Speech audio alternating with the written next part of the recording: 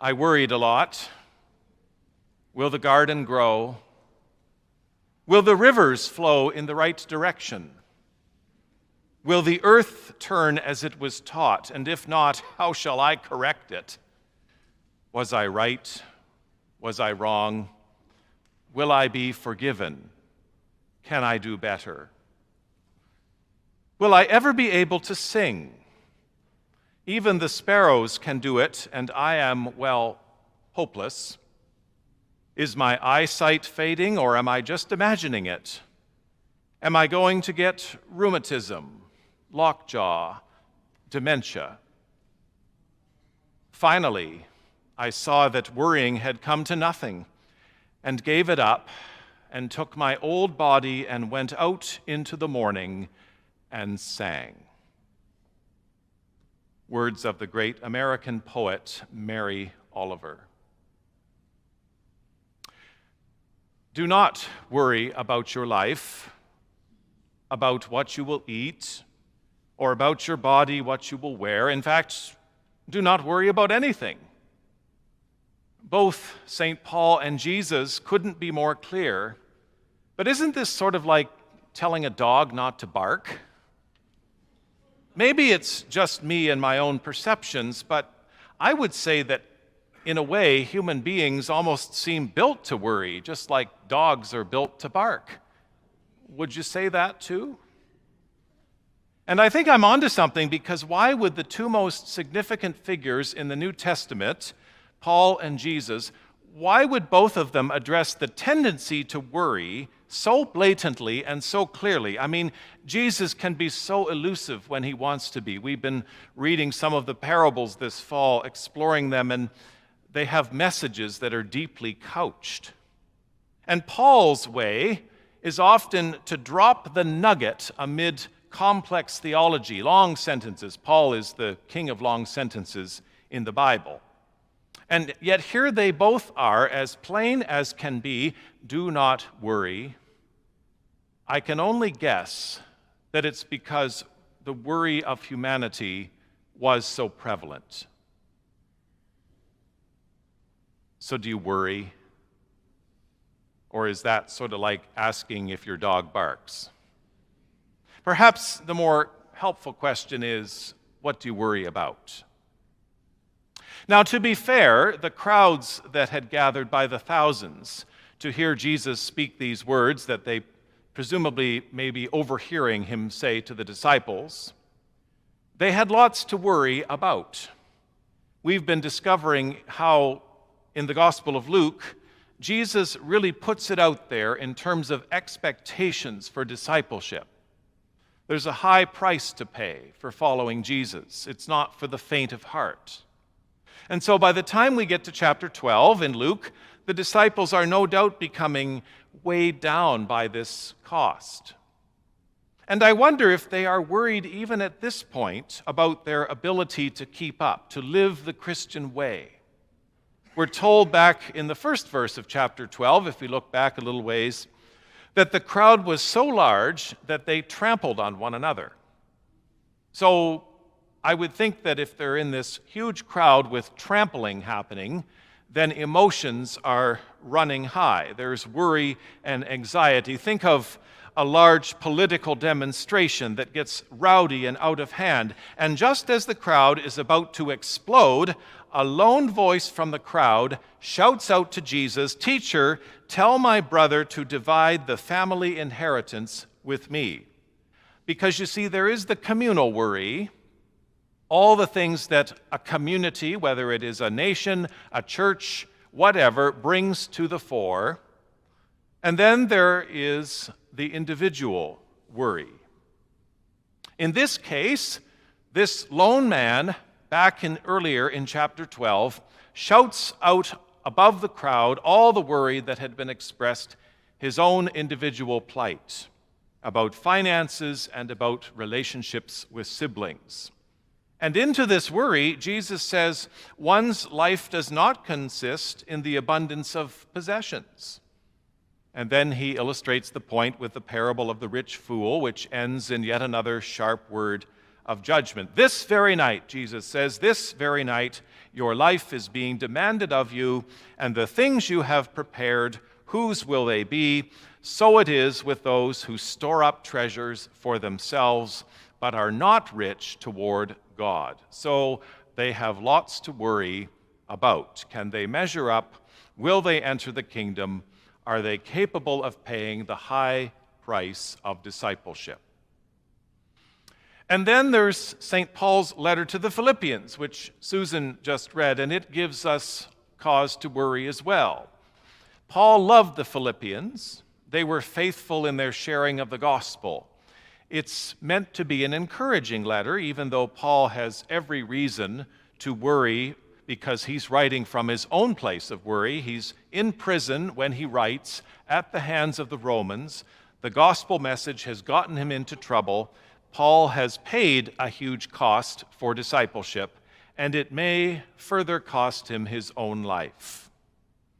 And so we have Jesus dealing with the crowds becoming more anxious, Jesus who is heading towards his own death, of course. And then we have Paul from prison amid the threat of death. Even so, both of them say, do not worry. So I add all of this up and I think to myself, it must have been part of the human condition then. And of course it still is today, isn't it? We have lots to worry about, both communally and individually. When Russia invaded Ukraine earlier this year, some of you in this church, some of you with roots and with family still in Eastern Europe, you came and you said to me, I never thought I would see this again in my lifetime. I've witnessed and lived through this before. I am so worried for the peace of the planet. And then others in our midst are worried about the health of the planet. The science seems clearer and clearer all the time. The earth is warming at an unsustainable rate, and we're hearing every week that if we don't change course in the next decade, it's going to be too late. So we're worried about the health of the planet, and we're worried about the lack of peace on earth. And then, of course, we bring our individual worries into all of this. Some are worried about the health of a loved one, or the grief that will not let us go, the journey with cancer, the well-being of a child or a grandchild. That's a big worry these days. I had a call just out of the blue a few days ago from someone here at the church, someone in the community I had never met. And she said to me, my 21-year-old daughter's life is being ripped apart by a group of people who call themselves Christians. She's met up with these people that she works with. She's a lesbian, and they're trying to pray the gay out of her, as the woman told me. And she called here because our church is an affirming church, and the word is out in the community, and so people know that, even if we don't know them. And amid her deep worry, she was seeking a safe place to hear about God's unconditional, inclusive love. So many worries. Rising mortgage rates for those of us who have them, plummeting investments for others, cost of living. One of our young people said to me not long ago, I don't know if I'll ever be able to buy a house. Worry seems part of the human condition. So is this why Jesus and Paul maybe use their own places of vulnerability to encourage others in the faith? Because both have their own deep reasons to worry. And it seems that this might be our hope today, that Jesus and Paul are speaking from their own first-hand experience. It's not even a theory, it's what they're actually living. Right after offering yet another sharp word of judgment, right after saying that those who store up treasures for themselves but are not rich toward God, well, they're pretty much doomed. Right after that, it's the words of reassurance from Jesus that are as plain as can be. Do not worry about your life. Can worrying add a single hour to the span of it? Instead, just take a look around and look carefully. Look at the lilies, how they grow in peace and plenty. Consider the grass of the field, how it withers and decays, but it doesn't change the immortal nature of God. Savor, the beauty of prairies, the grandeur of trees, the flowers of woodlands, the creatures of seas. And there's St. Paul, from his own vulnerable place in a jail cell, encouraging others in faith. Keep on doing the things that you have learned and heard and seen in me. Not to worry, the God of peace will be with you in your perseverance. What we discover, I think, on this Thanksgiving Sunday is that maybe thankfulness is the best remedy for worry. That's what Jesus and Paul show us. Thankfulness, gratitude, takes us, maybe even forces us, into the present moment. Thankfulness is our response to God clothing the grass of the field, alive today, but gone tomorrow. Thankfulness is our prayer for the peace of God that passes all understanding, the peace that comes when we enter the experience of the moment. This weekend, we are called to pay particular attention to gratitude. And I'm sure that you have, and if you have not already, that you will take a few moments to reflect on what you are grateful for. I'm thankful for the summer past, even though I think the point today is to be thankful in the moment. It was a wonderful time this summer, and there's one particular day I'm thinking about right now. In mid-August, we found ourselves up in the village of Tobermory, Ontario, and I wandered into one of the little gift shops up there. I was trying to be a good tourist, help the post-COVID economy. And in this shop, there was a small basket of stones on the counter. And beside the basket, a little handmade sign. And it read this: "Worry stones, $8. Pictures on the front of your bulletin. I took that picture in Tobermory. It's amazing what you can get for $8, isn't it? That's right. Probably with inflation, if you went up there now, it'd be 10. But so I said to the woman behind the counter, "This is new to me. Tell me about these worry stones."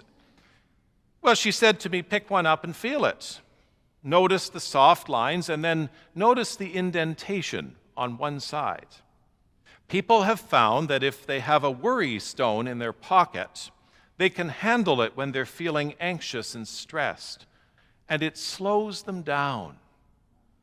And then she said this. She said, "It reminds people to live in the moment." There it was, the crux of Thanksgiving. There it was, lying in a small basket in a gift shop in Tobermory.